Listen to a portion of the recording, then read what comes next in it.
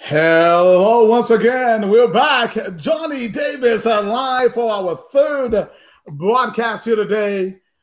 A little bit serious, more of a serious topic, though. And so we want to certainly, hopefully, we can try to help somebody. That's the goal today. So we had planned to speak with Mr. Julio Herrera, someone who unfortunately lost his nephew this past week. But he hasn't come on yet, but he can certainly join in at any time. But our guest also will be Mr. Fernando Calleros, who's a four-time world kickboxing champion. But you know what? He's seen a little bit of it all. He's been in prison. He's had some past drug issues. I've had some other issues, like I just said, molestation. He will tell you. And a lot of things that he's overcome, but you know what? He's still here and he's still doing well. And so now he spends a lot of his time in counseling others and helping them overcome. So very interested in talking with him, and I'm sure he has a lot of great things to say. Well, I always want to thank our sponsors, Blackout Fight Gear, for all they do for us in Eastern Offset Printing. Again, today, our goal is to try to help someone who might be suffering right now, someone who is wanting to give up. They feel like they're at the end of the road, that there's no light at the end of the tunnel. So we hope that you will share this interview here with some of those people that you might feel that might need this. I know there's a lot of people have opinions about a lot of different things and how to handle it.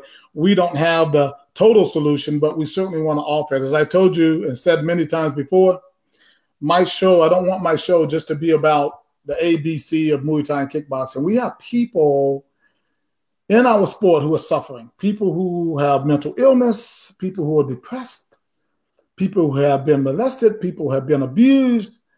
We need to talk about these things as well. My show just can't be about kicking and punching and kneeing. I'm deeper than that. And our fighters and trainers and the people involved are deeper than that.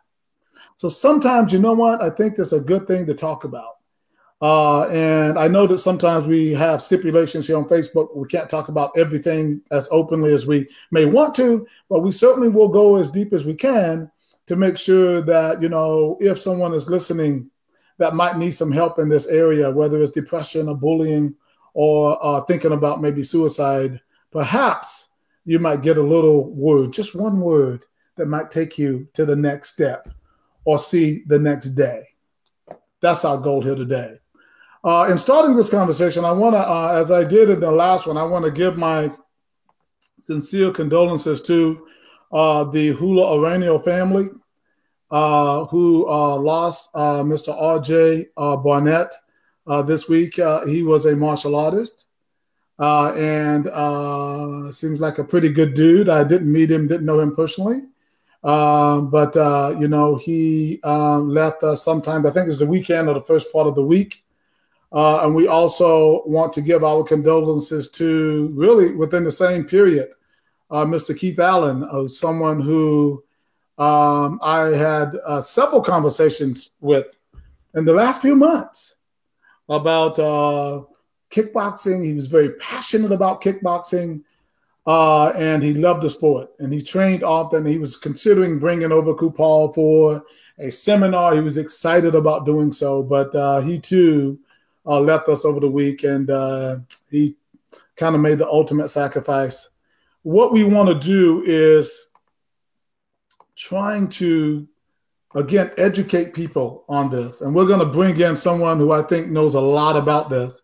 And we hope that on the left side of our screen that you can see the suicide prevention number. If you know someone, or if you're feeling depressed right now, or you're feeling like suicide is your only option, it's not. There are other options. We hope that you will call that number and that you will talk with someone who can help you. In the meantime, we want to talk with Mr. Fernando Calleros. Mr. Fernando Calleros, sir, how are you doing? I'm doing really good. I'm doing really good these days, man. I'm still continuing to improve daily, and I just want to tell you, Mr. Johnny Davis, thank you so much, not only for the interview, but for the shows that you produce. I don't know if you know the impact that you are creating with these shows. I mean, just with the show, the interview you did with me, it impacted a lot of people indirectly. And I know of 5 people that have reached out for help with chemical Wow. dependency abuse and Wow. some molestation issues that I'll keep private. But yeah, man. So I just want to commend you for your work, sir. Okay, don't get me. Hey, don't start getting me all emotional here now. Come on now, It's you true, man. know. But that's really my mission. I just don't want to have an ABC show. I don't want to have a show where we can't have serious conversations. Somebody found out a few weeks ago. A bunch of people I was talking with, they kind of gathered all around and they started talking about some pretty serious issues about religion and things like that. And I don't necessarily get into that kind of thing on my show, but I could.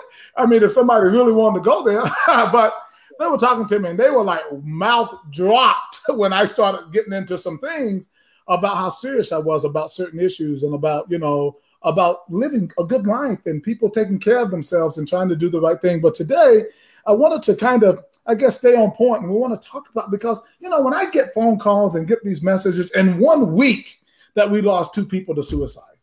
Now, listen, we know that we've lost probably a lot more than that across the country. But for someone like you, Fernando, who have been through, a lot of different things, first of all, let's start out with depression. What are some of the signs of depression that maybe the family members can look for in their family member? Okay, well, the dangerous part of this answer is this. Sometimes you don't know. You never know what's going on in someone else's mind. And sometimes someone can mask those signs, as you say, very well. And a good example is all the social media outlets they have out there, like Facebook and Instagram and so forth. If you pay attention closely to all the happy couple pictures and Right. happy smiles, and deep down they're going through some. I know, because I've talked to a lot of people, and they're truly not that smile they're showing on their social media. So you Right. never know. But there can be signs. There can be signs of isolation. That's the main one. There could be signs of outrage and acting out. There could be signs of chemical abuse, whether it be alcohol or drugs. So there are many signs, but like I said, sometimes there are no signs that are visible. You might Right. have to use your intuition sometimes if they're on a personal level, but sometimes it's very hard to detect. Right, right, right. Well, I think that's one of the problems, is that it is very hard to detect and everything. But when you know that once you find out that somebody is depressed, what kind of recommendations would you give to them? Well, the you know I don't want to talk about a certain group of, like right now, I'm a Generation Xer. So, Yeah. right now we're in the world of Generation Z and the millennials and all that. But, my parents' group, the baby boomers, they believed, and actually in the prior generation, they believed in just stop. And that doesn't work. Whether it be depression or what, you're depressed, get over it. Right, Snap out of it. Move right. forward. And that's something that I get emotional about that, because it doesn't work. It's like you can't just stop drinking. You can't just stop being depressed. You can't just stop thinking that you want to commit suicide. You got Oh, to take proactive action. And there are a lot of things that we can do. A lot of it is self-searching. A lot of it is becoming aware. I believe just becoming aware. If we would teach that in school from elementary, becoming aware. What does that mean? Becoming aware, paying attention to your thoughts. right. If just that action alone, it may seem small, but it's big. Because once you pay attention to your thoughts, after a while, you'll know that you are not your thoughts. You'll say, Ah, "Oh, this really isn't me." I just had this horrible thought about this, but that's not me. So paying attention to your thoughts and being aware in general is a first step. Second step, of course, obviously, you need some professional help. But if you can't catch that on time, the thing that I stress the most is talk. You have to talk. And if you can't talk, you have to find hopefully you're in a situation or family circle or a circle of friends that can feel it and sense it for you and talk and get it out of you. Because if you don't talk, it's just going to build even bigger and stronger inside your mind. And that's the thing that the things about depression that a lot of people do know about it, but they don't. Like, I was talking to someone the other day and I said, it doesn't matter how much one knows. It doesn't matter. You can tell me everything you want to tell me about what you know. The fact is this, whether we want to admit it or not, sometimes the feeling overcomes the knowing, and then the Wow. action comes. And now a lot of us are able to control that. Well, you know what? When I want to stop drinking, I just stop. You know what? When I'm feeling depressed, I just stop being depressed. Well, thank God that you are that way, but the most of us are not. We Right. need, we need a lot of work. And it's the way we brought up in society, your family, your values have a lot to do with it as well. But becoming aware, I believe, is a first step.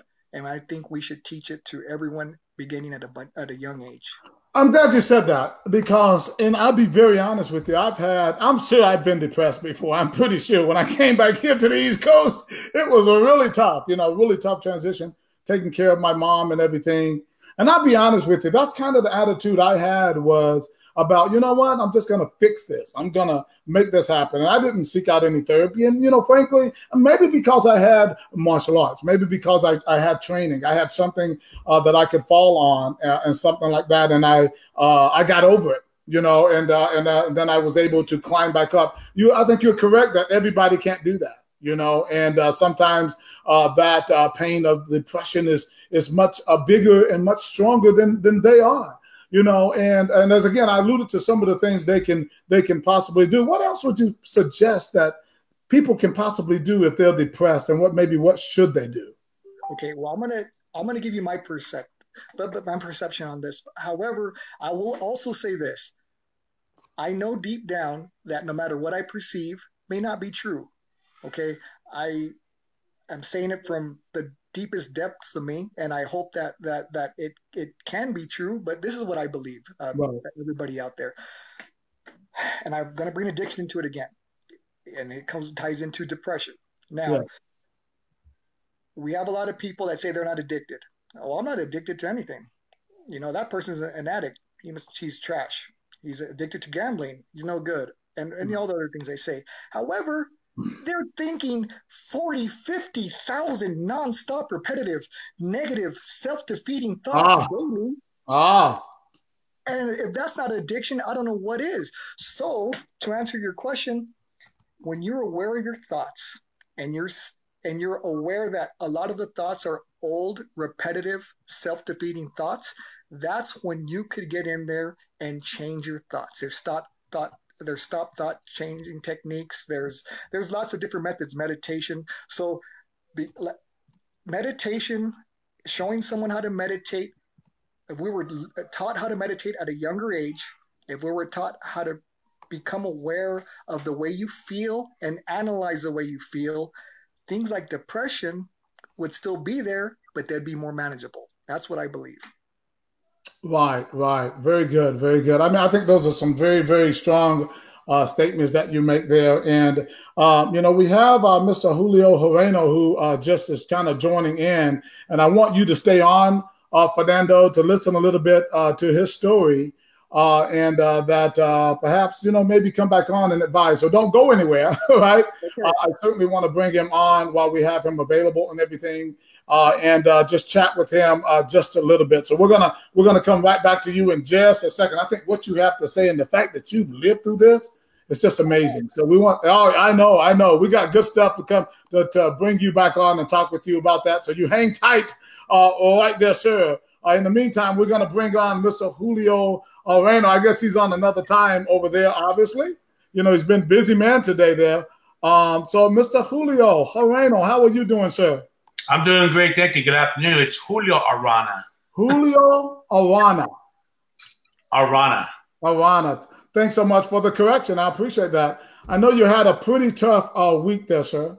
And I want to, talk with you a little bit about, kind of what's going on. What we're trying to do, our ultimate goal today is trying to help people, right? And we hope that we'll be able to do that perhaps with your story. We heard and sincere condolences to your family for the loss of your nephew. Tell us a little bit more about what happened this past week, sir. Well, these past 3 days has been very, very emotional and stressful for my family, especially myself. If I cuss, excuse me, okay? I'm kind of yes, that's okay. So grieving and taking hard. We keep it real. Yeah, I really appreciate that. Thank you, and thank you for this opportunity for bringing me along with this show. So, my nephew committed suicide at the age of 16, and these past 3 days has been very hard and stressful and emotional that nobody knew why until I found out yesterday the main reason why he took his own life. He was being bullied at high school by students as well as the on-site security officer at the high school. Wow. Well, when you say bullied by the security officer, would you like to elaborate on that a little bit? Sure. No problem. Yeah. I just, man, it's really, really hard on me because I've never experienced a suicide of a relative in my life until 3 days ago. My prior experience as a former school resource officer was I responded to so many suicide or overdoses calls the past 3 years. But this one with my nephew and showing up to the scene and seeing his lifeless body, it's just really, really hard. So I'm still grieving, I'm still mourning, and I'm slowly moving on, but I don't know what to do because I never experienced this in my whole life. Never. And I think of him. I miss him a lot. Especially at the dojo, which I had him involved in my karate program, and fuck. And well, I understand that it's really hard. And again, that's part of the rawness of I knew this interview would be. What I want to do is Mr. Fernando Calleros is someone who has been through a lot of things. He's been through major depression. He was also a 4-time world champion. He served some time in prison and all, but he's gotten past all that. And Mr. Fernando Calleros, based on what you've heard so far, what kind of words can you share with Mr. I want to say Julio? Did I say that right, Julio? That's correct, Julio. Right. But if you guys forget, a lot of people in the PKB, the Camo, CSAC, USFL, people call me Shrek. That's people know. Call you what? Yeah, people know me Shrek. Even the karate. No, right. I'm not going to call you Shrek, but people call it. I'm used to it. Even when I referee, they know the referee on that Shrek. So okay, Julio. Yeah. Let me get a word there from Mr. Calleros. What would you like to say to Mr. Julio, Fernando? Julio, Shrek. Well, first and foremost, I am so sorry for your loss. I know how hard this can be, and what can you do? You're doing it right now. You're talking about it. You're helping others without knowing. You're becoming aware of what's happening. I know that it's hard when the actual issue, whatever it may be, is happening to us. Sometimes no matter what someone says, we're not taking it in because we're just thinking about the pain. However, talking about it like you're doing right now and laughing a little even is what's making this a little bit better. But just take comfort in knowing that, Julio, you really are going to be helping others. And I know that you lost your nephew, but don't make this loss in vain. Talking about it is definitely going to help other nephews not commit suicide. And, I want to let you know that, when I was his age, and actually even just a few years ago, I've also contemplated end my life. And, yeah, when I talk, Julio, I can talk about how the complexity of the mind can make someone a good psychologist. But, I don't like talking like that to real people. I like talking real talk. And this is why I talk like this. So, especially you being a promoter and you being a martial artist and a teacher, what I wish I'd have learned when I was a student and what I will teach now that Mr. Johnny Davis got me motivated to probably start teaching again. I really believe in following the breath. And it says becoming aware of the breath coming in and out. Why? And what does that have to do with this? Because it creates openness. Some people say it creates space. Space from what? From self-defeating thoughts. That is the key. Following your breath, becoming aware of your breath also keeps you in what they call the now, the present. It's real simple that it's difficult. It's real easy, but it's hard to do. But imagine at 4 or 5 years old, we're teaching our children how to follow their breath, how to close their eyes and breathe. I bet you just that, which will create awareness, will change a lot of things that we experience with our children, including ourselves, like depression. I'm not sure people like to admit this, but have you guys ever had a thought where it's horrible, where it'll put you in prison type of thought if you would act on it? That is not you. That is a self-defeating, horrible thought.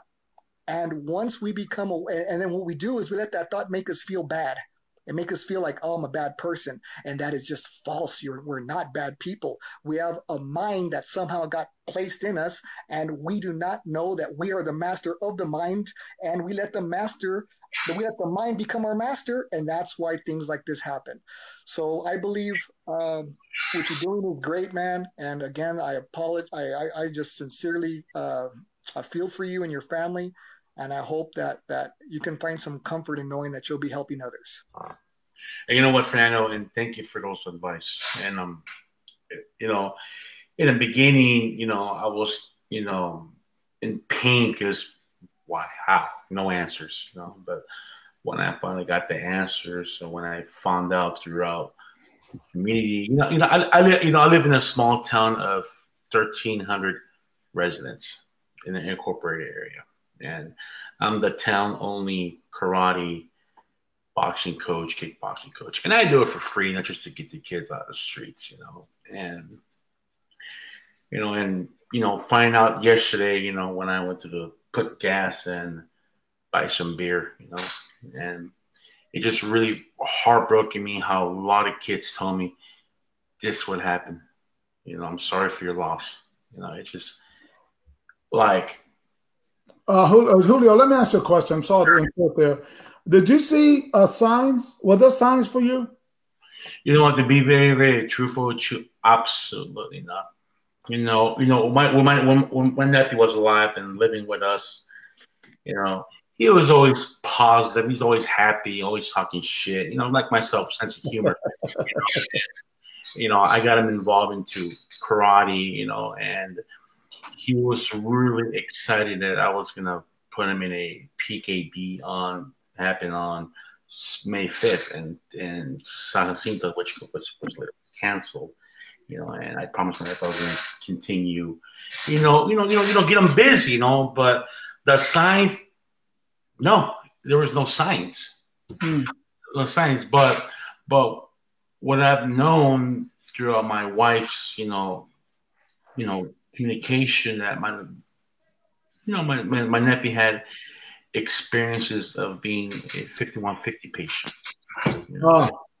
And he had, so there were some mental issues going on. Yes, sir, there was. Okay. And I remember 4 years ago when his aunt and I started dating, I went, he tried to commit suicide, because he was being bullied at school because kids were calling him a faggot, homosexual because of the way he looked. And during that time, I was preparing for that charity boxing that Battle of the Badgers was always fighting. And I took the time of the day to go visit him at Loma Linda. And ever since that first time 4 years ago, he became really, really close to me. I've been really, really close to him.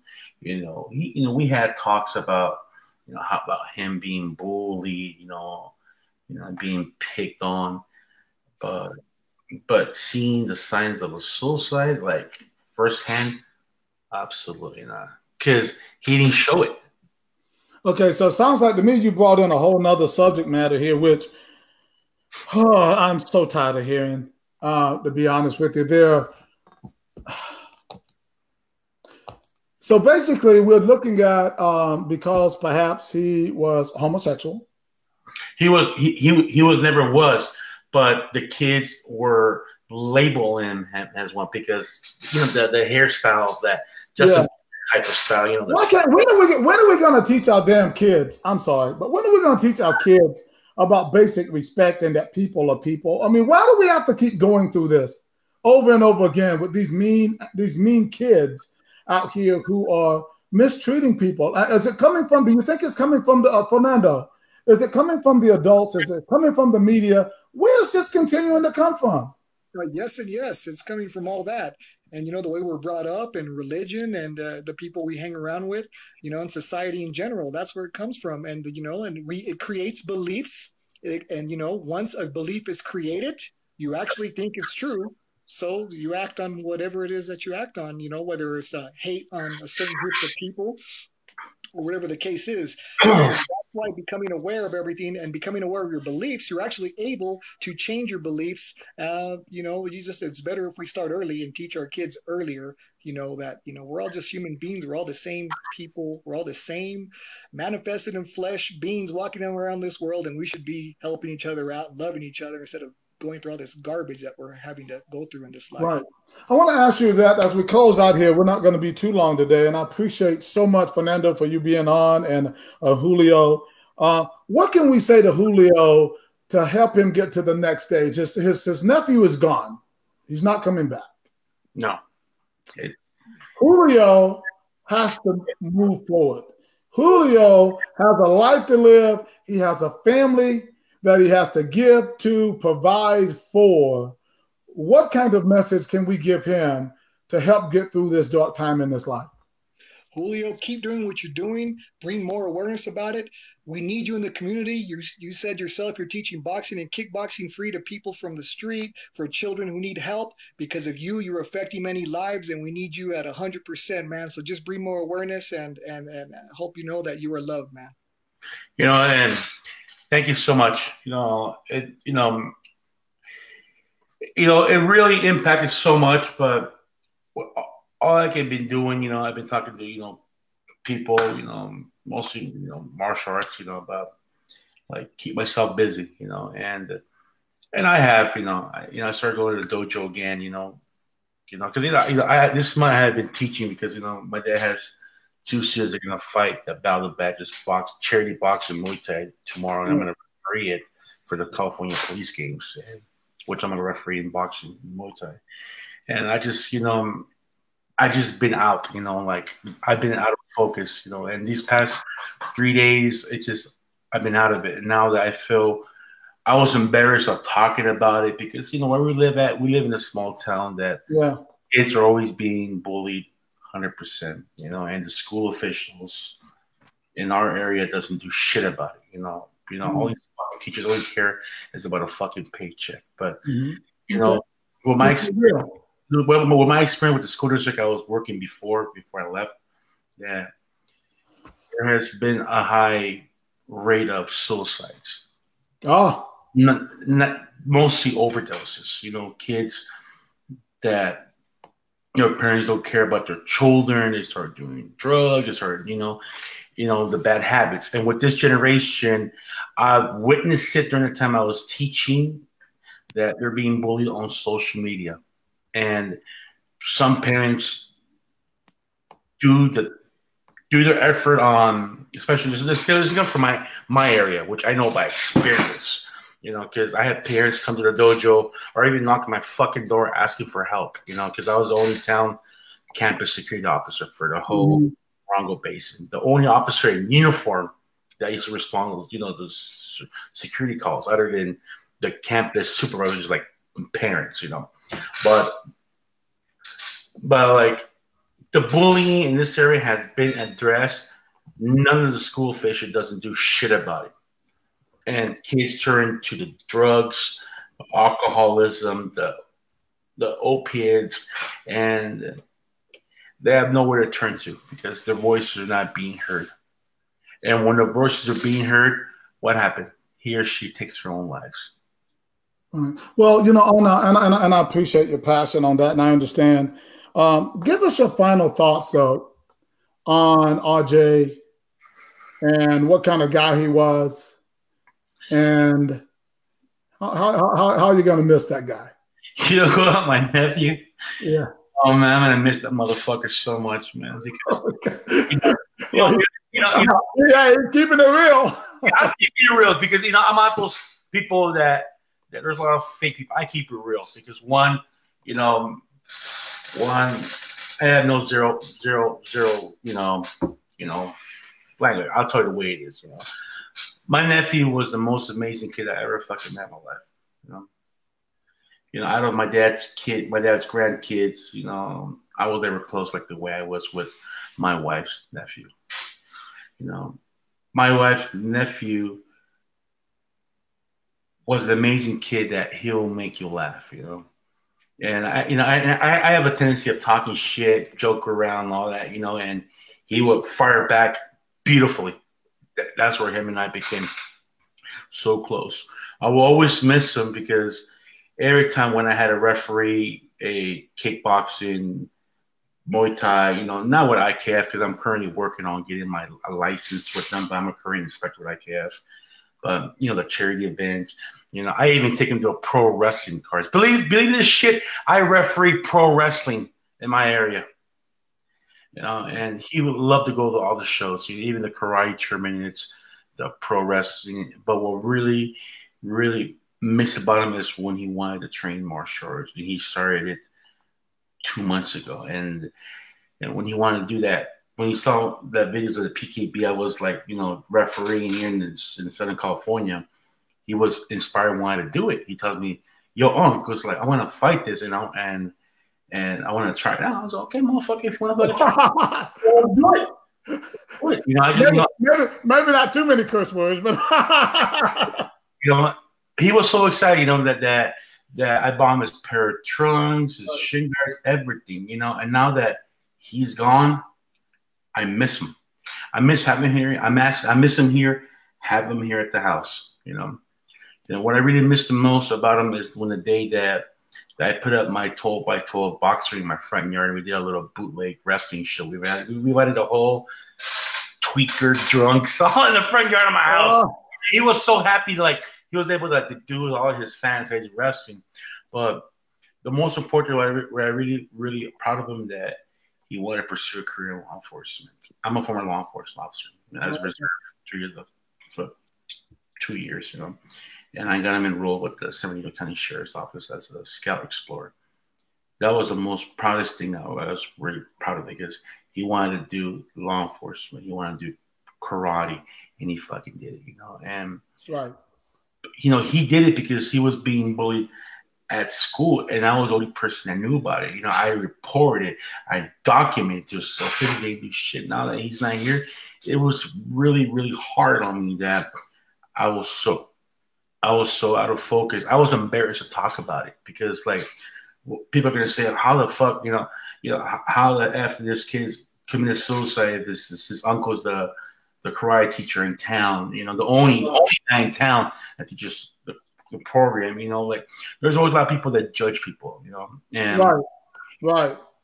And now that he's not here, it's just like I just pray that nobody on my friends list on Facebook, which 90% I don't know who they are. I met them. They met me in the terminus circuits. Don't go through what I am going through because it's really, really hard. And By talking to you guys, especially you, Johnny, and I really appreciate from the bottom of my heart for you reaching out to me on the phone and inviting me to this, conversation, and also you, Fernando, and I really appreciate your time, giving, outreach for many people in the martial arts community.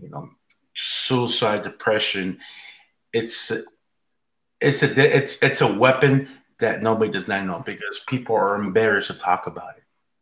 And I've realized that a lot of kids turn to those social media to reach somebody to hear them out, or 98% they're being harassed on it on Facebook, Instagram, Snapchat, and they can't take it.